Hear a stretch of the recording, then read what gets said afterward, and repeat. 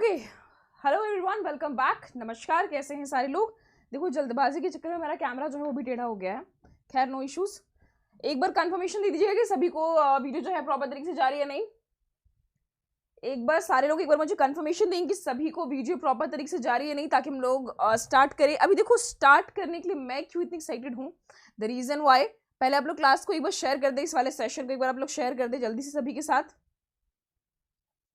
हमें थोड़ा सा लेट हो गया लाइव आने में, जल्दी से एक बार सभी के साथ शेयर कर दे। हाय तौबा,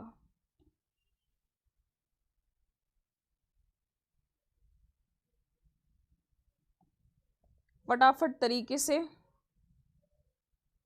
क्योंकि फिर जब मैं स्टार्ट कर दूंगा और उसके बाद आप ये बोलेंगे कि अरे यार मैम हमने तो सुना ही नहीं, मैम हमने तो देखा ही नहीं, मैम आप क्या बता रहे थे, हम देख ही नहीं पाए, तो फिर गड़बड़ हो जाएंगी चीज़ें जो हैं। मैम मराठी में ट्रांसलेशन कर सकते हैं, इंग्लिश टू मराठी। अच्छा लगता है, आपने नोटिफिकेशन पढ़ लिया है, तो चलिए आते हैं आपको मराठी से लेके हिंदी तक और हिंदी से लेके अंग्रेजी तक का सफ़र जो है वो हम आप लोग को बताते हैं।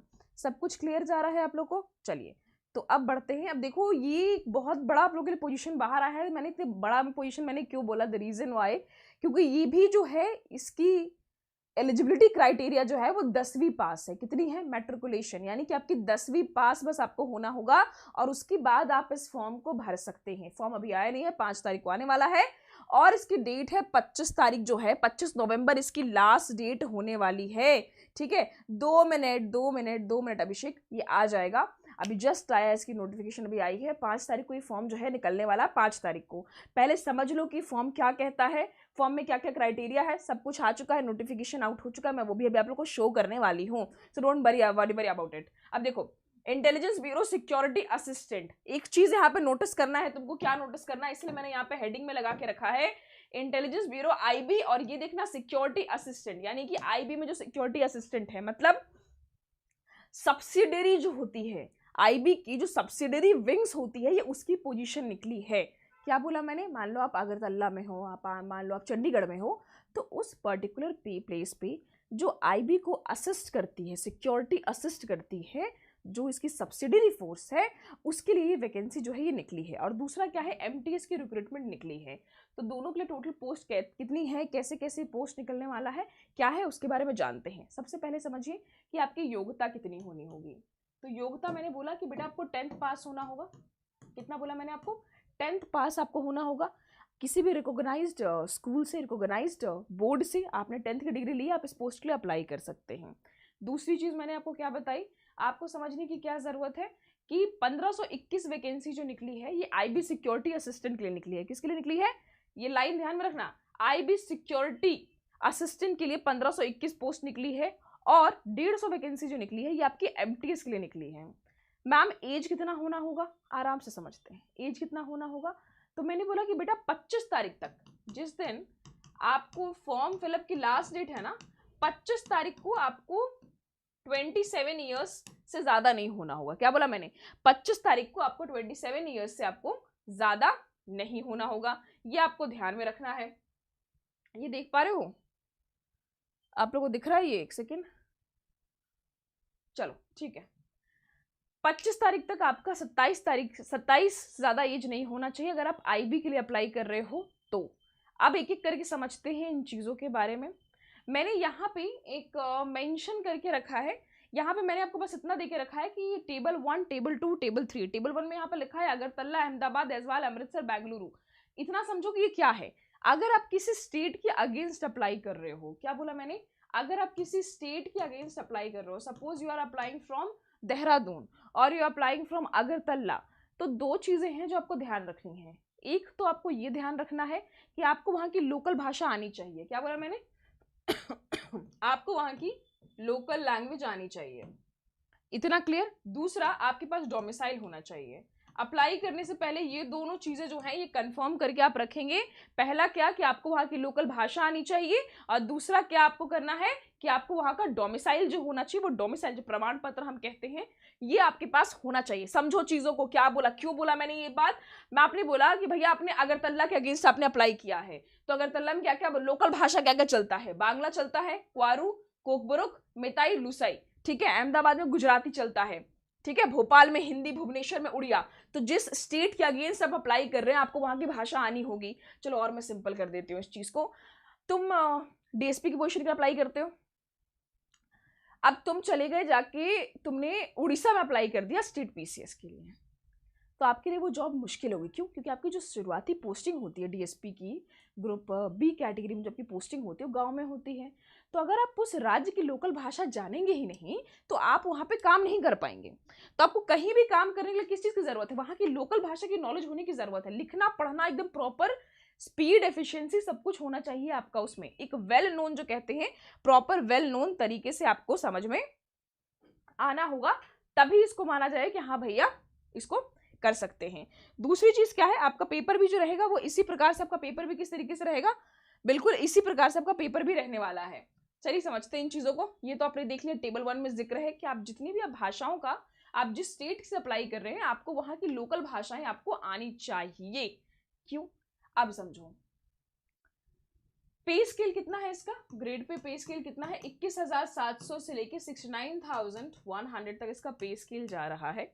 लेवल 1 पे 2-3 चीजें हैं कि मैम 2 वैकेंसी निकली है, पहले डाउट को क्लियर करते हैं उसके बाद इस पे आते हैं कि मैम 2 वैकेंसी निकली है तो क्या अपन दोनों वैकेंसी पे अप्लाई कर सकते हैं? तो बेटा अपन दोनों वैकेंसी पे अप्लाई कर सकते हैं। या तो आप चाहें तो आईबी वाले सिक्योरिटी पे अप्लाई कर सकते हैं, सिक्योरिटी एग्जीक्यूटिव पे, या तो आप चाहें तो आप एमटीएस पे अप्लाई कर सकते हैं।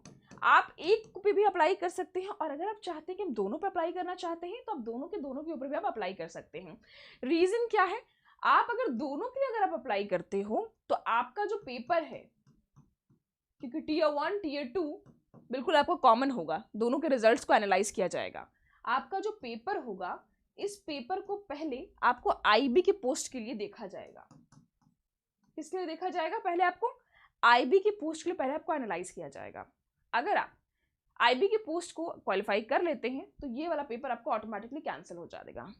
ये पोस्ट आपका क्या हो जाएगा? ऑटोमेटिकली कैंसिल हो जाएगा। ये बात समझ लीजिएगा, ये बात क्लियर तरीके से दिमाग में डाल लीजिएगा। वापस समझा देती हूँ।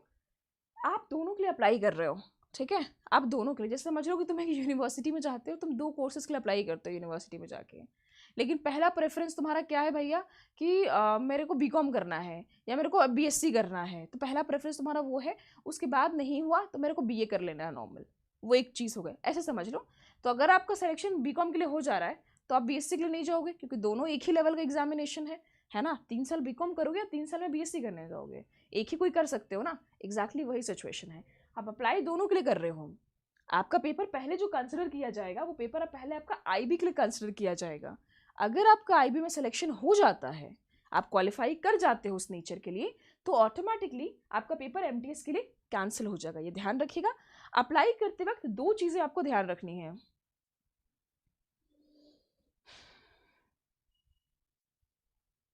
आपको 2 चीजें आपको ध्यान में रखनी है। क्या ध्यान रखना है? कि पहला, आप जिस स्टेट से अप्लाई कर रहे हो, जिस स्टेट के लिए आप अप्लाई कर रहे हो, उस स्टेट की लोकल भाषा, उस स्टेट की जो स्थानीय भाषा है वो आपको आनी चाहिए प्रॉपर तरीके से। सिर्फ बोलना नहीं, लिखना पढ़ना दोनों आपको आना चाहिए। दूसरा, मैंने आपको क्या बताया कि आपके पास वहां का डोमिसाइल होना चाहिए, प्रमाण पत्र होना चाहिए कि हाँ भैया हम यहाँ के डोमिसाइल है। आप समझ रहे हो बातों को? अब भैया अगर मैंने कहा कि मैं जा रही हूँ और मैं जाके अप्लाई कर रही हूँ तब जाके कर्नाटका से, तो पॉसिबल है? बिल्कुल पॉसिबल नहीं है, नहीं है ना। हम वहीं से अप्लाई कर सकते हैं जहां का मेरे पास डोमिसाइल है, वहां से अपन अप्लाई कर सकते हैं। अब जब सैलरी इतनी अच्छी मिल रही हो, और एक बात याद रखिएगा, किसकी पोस्ट है? ग्रुप सी की पोस्ट है। पोस्ट कौन सी है? ग्रुप सी की पोस्ट है। काफी अच्छी पोजीशन है आप लोग के लिए। जब आप यहाँ पे सिर्फ मैट्रिक का एग्जामिनेशन देख के, सिर्फ क्या मैंने बोला कि आपको सिर्फ अगर 10th का एग्जामिनेशन देके इतना अच्छा अगर सैलरी मिल रहा हो कि भैया मेरे को 60,000 की जब सैलरी मिल जा रही हो, तो इससे बेहतर और कुछ नहीं होता, वो भी सेंट्रल गवर्नमेंट के अंदर अगर आपको मिल रहा है तो, है ना। ओके, ध्यान दीजिएगा। तो मैंने क्या बताया? मैट्रिकुलेशन 10th क्लास पास आप होनी चाहिए किसी भी रिकॉग्नाइज्ड बोर्ड से। डोमिसाइल सर्टिफिकेट होना चाहिए हाथ में रखना अप्लाई करते वक्त, डोमिसाइल सर्टिफिकेट। उस जगह प्रमाण पत्र, स्थानीय प्रमाण पत्र जो है वो हाथ में रखिएगा। मैं आप लोग को वापस बता रही हूँ, ठीक है। मैंने जो बताया था कि जो भी टेबल 1 में जो जो शहर दिए गए हैं, जिस शहर के अगेंस्ट आप अप्लाई करने वाले हो, अगरतला है, चंडीगढ़ है, ठीक है, भुवनेश्वर है, तो आपको वहाँ वहाँ की लोकल भाषा आपको बिल्कुल आनी चाहिए, ठीक है। अब अगेंस्ट द ईच एसआईबी, ठीक है। ये पॉइंट क्लियर हो गया आपका। ये आपका होना है तब भी ठीक है, नहीं है तब भी ठीक है, इट्स नॉट सो इम्पोर्टेंट। तो फॉर्म में देके कंफ्यूज मत होना कि मैम मेरे को फील्ड एक्सपीरियंस होना होगा इंटेलिजेंस वर्क का। अगर है तो ठीक है, नहीं भी है तब भी कोई वैसी बड़ी दिक्कत नहीं है। अब दूसरी इंपॉर्टेंट चीज क्या ध्यान में रखना, ये जो यहाँ पर लिखा है, जो मैंने यहाँ लिखा है वही इतना बड़ा करके इस पूरे की पूरे तुम्हारे पीडीएफ नोटिफिकेशन में जारी किया गया है। मैंने क्या बोला, 27 साल से ज्यादा तुम नहीं होनी चाहिए जब फॉर्म की आखिरी डेट है। फॉर्म की आखिरी डेट कब है, 25 तारीख को आखिरी डेट है। अगर आप एमटीएस के लिए अप्लाई कर रहे हो, सिर्फ एमटीएस के लिए अगर अप्लाई कर रहे हो, तो 18 से 25 साल के बीच में आपकी उम्र जो होनी चाहिए, बस आपकी उम्र इतनी होनी चाहिए। बात समझ में आई? मतलब मैम जहां के रेसिडेंट होंगे वहीं से अप्लाई कर सकते हैं ना, कह सकते हो मयंक, क्योंकि डोमिसाइल तो वहीं से होगा, है ना। और भैया इनके लिए है। अब एक बात का ध्यान में रखना है कि आपकी पोस्टिंग कहीं भी पड़ सकती है। एक बात का ध्यान रखना है कि आपकी पोस्टिंग कहीं भी पड़ सकती है। द रीजन वाई, क्योंकि ये ऑल इंडिया सर्विस लाइबिलिटी है आपके लिए। यहाँ पे भैया ये भी समझो ना, इंटेलिजेंस ब्यूरो है, आईबी की पोजीशन है, ऑल ओवर इंडिया में आपकी पोस्टिंग कहीं भी पड़ेगी। उसके लिए आपको रेडी रहना है कि पोस्टिंग कहीं भी पड़ सकती है। तो कल को ये नहीं बोल सकते हो, बोले मैम ये लिखने की क्या जरूरत थी नोटिफिकेशन में। बेटा कई लोग केस कर देते हैं एक बार में कि आपने पहले तो मेंशन नहीं किया था नोटिफिकेशन के वक्त पे कि आप हमारी पोस्टिंग यहाँ दोगे, तो आप क्यों कह रहे हो। तो सरकार जो है वो पहले से बता देती है कि बाबू देखो सेंट्रल गवर्नमेंट की ये पोजीशन है, और चूंकि सेंट्रल केंद्र सरकार की ये पोजीशन है, ये पोस्ट है, तो आपका पोस्टिंग जो होगा वो भारत में किसी भी एरिया पे बढ़ सकता है। समझे एग्जाम में कैसे कैसे आएगा, इसको समझते आराम से। 20 क्वेश्चन आने वाला है हर एक सेगमेंट से, 20 मार्क्स का क्वेश्चन हर एक सेगमेंट से आएगा। चाहे आपका जीएस का पार्ट है, चाहे आपका रीजनिंग का पार्ट है, ठीक है, चाहे आपका इंग्लिश का पार्ट है, हर एक जगह से आपका 20 क्वेश्चन आने वाला है, और हर एक क्वेश्चन 1 नंबर कंटेन करेगा। और टोटल मिला के कितने होने वाले हैं, 100 नंबर का आपका एग्जाम होगा। ठीक है, क्या क्या मैंने बोला, जनरल अवेयरनेस, जनरल एप्टीट्यूड, आपका रीजनिंग, इंग्लिश लैंग्वेज और जनरल स्टडीज। ठीक है, क्या है आपका, आपको टाइम कितना मिलेगा, 1 आवर का, 1 घंटे का टाइम मिलेगा, 100 क्वेश्चन रहेगा, हर एक क्वेश्चन जो है आपका 1 नंबर कंटेन कर रहा होगा। नेगेटिव मार्किंग रहेगी 1/4, ये आपकी नेगेटिव मार्किंग रहेगी। ठीक है, ध्यान दीजिएगा। दूसरा TO1 तो आप समझ गए, कॉमन है, ये कॉमन होगा आपकी जो आईबी की एग्जामिनेशन होगी, इसके लिए भी और एमटीएस के लिए, दोनों के लिए कॉमन एग्जामिनेशन है। अगर आपने दोनों का फॉर्म भरा है, रिमेंबर दिस, आपको दोनों के लिए कॉमन एग्जाम देना है। ठीक है बेटा, आप लोग को इसकी जो नोटिफिकेशन का लिंक जो है, पीडीएफ जो है, दोनों मैं नीचे आपको पिंग करा दूंगी डिस्क्रिप्शन बॉक्स में। ठीक है, हे भगवान। देखो ध्यान से, अब मैंने क्या बताया, Tier 2 में ध्यान से समझो मैं क्या बोलने वाली हूँ। Tier 2 में क्या आपको कह रहा है, translation of the passage of 500 word from the local language. जो आपका दूसरा पेपर होने वाला है, वो पेपर आपकी होगा लोकल भाषा का टेस्ट करने के लिए।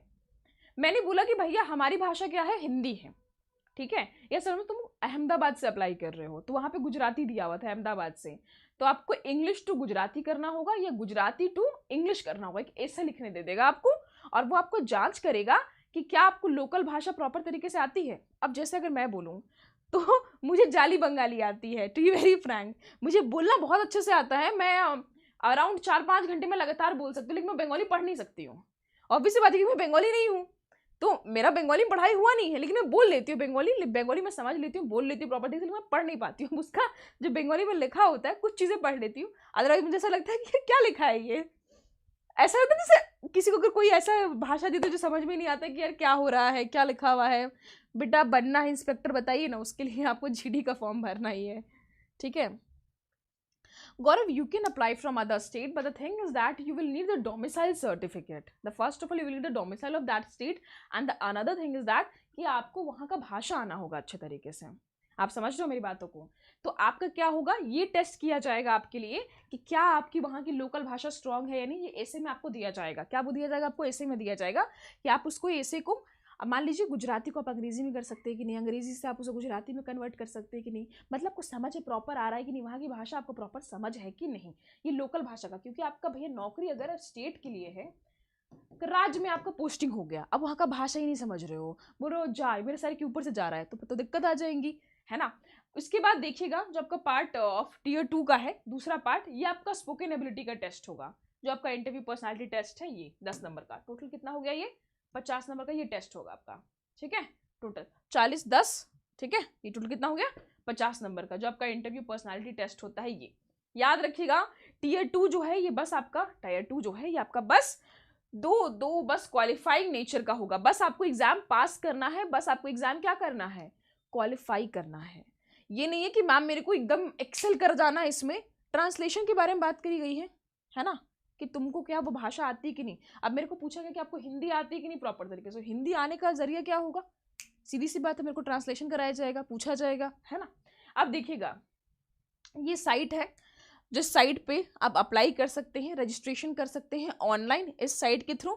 लेकिन ये ऑपरेशनल तभी होगा साइट 5 तारीख से, 5 तारीख याद रखिएगा डेट, 5 नवंबर से आप इस साइट पे जाएंगे 5 नवंबर को, और ये साइट ऑपरेशनल हो जाएगा। मैं नीचे आपके डिस्क्रिप्शन बॉक्स में इसका लिंक मैं प्रोवाइड करवा दूंगी, तो यहाँ पे आप ध्यान दीजिएगा। तो आपको करना क्या है, बैचेस भी आपको तैयारी हम कैसे करेंगे, क्यों करेंगे, कहाँ से करेंगे, समझ में नहीं आ रहा है, टेंशन मत लीजिएगा। आपकी सारी बैचेस की यहाँ पे A to Z प्लानिंग सब कुछ होके रखी हुई है। प्लेटफॉर्म पे आप जाओगे 5 तारीख से, आप जिस दिन फॉर्म भरोगे उसी दिन से आपको सीधे सीधे प्लेटफॉर्म के ऊपर आपको बैचेस भी आपको मिलने शुरू हो जाएंगी। टेस्ट सीरीज, मॉक टेस्ट आप उसी दिन से लगाना शुरू करोगे। आपको पैटर्न समझ में आएगा कि पैटर्न कैसा है। 10th पास का एग्जाम हो रहा है तो इसको मौका तो छोड़ना है नहीं, जहाँ इतनी सारी वैकेंसी आ रही हो आपके लिए कि भैया GD की वैकेंसी आ गई उधर से, ठीक है, एक GD की वैकेंसी आ गई भैया उधर से, इतनी बड़ी वैकेंसी आ गई, फिर इसकी वैकेंसी आ गई। जितनी बड़ी वैकेंसी ना छोड़ा नहीं जाता है, बात आई समझ में। हाँ हाँ बेटा सूरज, इंटरव्यू आपका हिंदी में होगा, इंटरव्यू, ठीक है। डोमिसाइल दूसरे स्टेट का बन सकता है क्या मैम?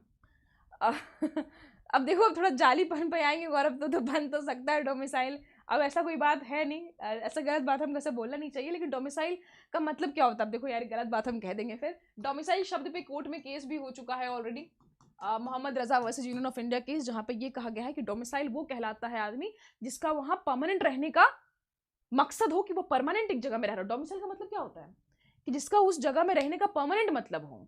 ठीक है, बनवाना है बनवा लो डोमिसाइल, मैं कुछ कहूंगी नहीं। लेकिन हाँ एक बात याद रखना कि बेटा वहां की भाषा तुमको आनी चाहिए, तो बनवा लो फिर। अगर वैसा लगता है तुमको तो बनवा लो फिर।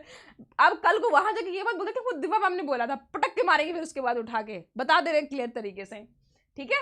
तो याद रखिएगा ये जो है आपका, ये आपकी वेबसाइट है जहां से आपको क्या करना है, आपको जाके अप्लाई करना है। अगर मैं फीस के बारे में बात कर लूं तो देखो 450 रुपए जो है ये आपको पे करने हैं प्रोसेसिंग फी के नाम पे, और 50 रुपए आपके एग्जामिनेशन फी के नाम पे। टोटल ले लो बिना इसको भैया काट भाग करके, तो टोटल आपको कितना देना है, 500 रुपए आपको टोटल फी का पेमेंट करना है, ठीक है। सारे कैंडिडेट के लिए रहेगा, सारे सबके सारे कैंडिडेट के लिए रहने वाला है। ये बात समझ में आ गई, क्लियर? क्या मैं सिंघम, यस सिंघम बिल्कुल एलिजिबल हो, बिल्कुल एलिजिबल हो, कोई दिक्कत नहीं है मैम। महाराष्ट्र के लिए, हाँ बेटा बिल्कुल, एक second, just give me a second.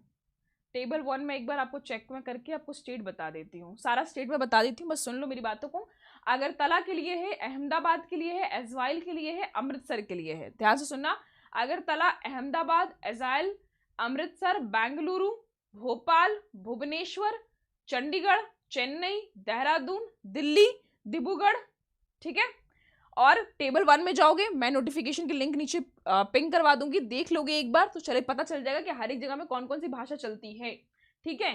Gangtok, Guwahati, Hyderabad, Imphal, Itanagar, Jaipur, Jammu, Kohima, Kalimpong, Kolkata, Leh, Kolkata से अगर आप हो तो आपको बंगाली आनी जरूरी है, और सिलहटी। लेह से हो आप तो लद्दाख की तिब्बतन आनी जरूरी है। लखनऊ से हो तो आप हिंदी आनी जरूरी है। मेरठ से हो तो हिंदी आनी, आपकी जो लोकल भाषा है वो आनी जरूरी है। मुंबई में भी है बेटा, जो पूछ रही थी मैं मुंबई से है, हाँ बेटा मुंबई से है। मुंबई में 2 भाषा का जिक्र किया गया है, ध्यान रखिएगा, एक मराठी भाषा का, दोनों में से कोई एक भाषा आपको आनी चाहिए, एक मराठी भाषा का और एक कोंकणी भाषा का, ठीक है। एक मराठी भाषा का जिक्र है और एक कोंकणी भाषा का जिक्र है, बात आई समझ में। अब सुनो, नागपुर में है, नागपुर से है, पटना से है, हिंदी है ऑब्वियसली, रायपुर में है, रांची से है, शिलोंग, शिमला, सिलीगुड़ी आपका हो गया, श्रीनगर हो गया, त्रिवेंद्रम हो गया, वाराणसी हो गया, विजयवाड़ा हो गया, ठीक है। तो मतलब इन सारी जगहों से आप लोग के लिए क्या है, वैकेंसी आप लोग के लिए है। बस ख्याल रखिएगा कि आपको वहाँ की लोकल भाषा आनी ज़रूरी है। फॉर्म फिल करते वक्त आपके पास होना चाहिए, वहाँ का डोमिसाइल भी होना चाहिए। याद रखिएगा इस बात को, ठीक है। मयंक, तुम जो बोल रहे हो मैं वेस्ट बंगाल में बस कोलकाता, बेटा डोमिसाइल है ना तुम्हारे पास, तुम वेस्ट बंगाल के ही नागरिक हो। तुम वेस्ट बंगाल में रहते हो, तुम कोलकाता से दूर रहते हो, कोई दिक्कत नहीं, तुम वेस्ट बंगाल का नागरिक हो, डोंट वरी अबाउट दैट। तुम वेस्ट बंगाल से हो ना भैया, थोड़ी दूरी पे हो, तो कलकत्ता का मतलब ये थोड़ी तो तुम्हें कलकत्ता का डोमिसाइल चाहिए होगा, वेस्ट बंगाल का। अब मैंने कहा कि भैया मेरे पास जो डोमिसाइल है, भैया हमने कहा भैया अपन है यूपी से, तो हमने क्या कहा कि हमारे पास जो है तो लखनऊ से बना हुआ है, क्योंकि हमारे दादा परदादा जो थे भैया वो हमारे लखनऊ से थे। पापा ट्रांसफर होते गए, पापा का ट्रांसफर हो गया कहीं और, पटना ट्रांसफर हो गया, तो क्या होगा, क्या मैं अप्लाई नहीं कर पाऊंगी यूपी से? भैया है तो अपन यूपी के भैया, तो है ना वहां का डोमिसाइल। अब बात समझ में आई? तो मैं यानी उस क्षेत्र से अप्लाई कर सकती हूँ, समझो पॉइंट को, मैं सिर्फ लखनऊ से थोड़ी ना अप्लाई करूंगी। बात आई समझ में? क्लियर हुआ ये पॉइंट?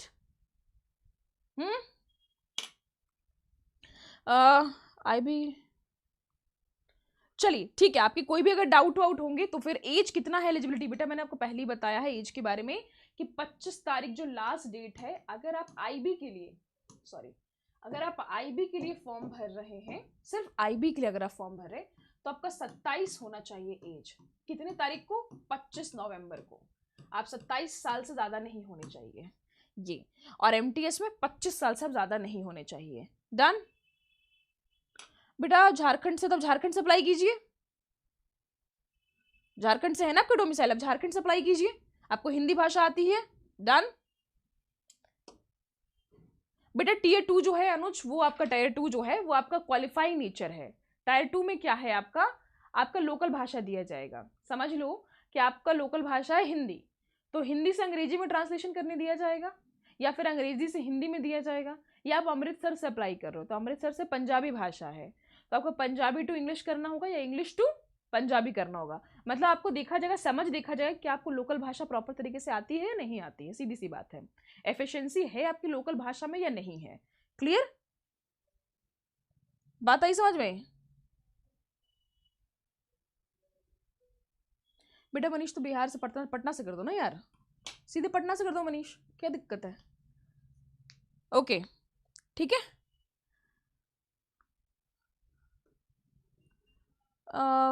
ठीक है, ओके। फाइट टू विन आपके लिए पीडीएफ की लिंक जो है ये आपको नीचे डिस्क्रिप्शन बॉक्स में, कमेंट बॉक्स में आपको मिल जाएगी। ओके चलिए, okay guys, bye bye, take care everyone. मिलते हैं आप लोगों से अभी जस्ट थोड़ी देर में, यानी कि 12 बजे आप लोग की लूसेंट की सीरीज चल रही है, तो लूसेंट की सीरीज अटेंड करना भूलना मत, और हमारे जीडी वाले बच्चों आप तो जरूर आ जाइएगा। चलिए bye bye, take care everyone, thank you so much guys.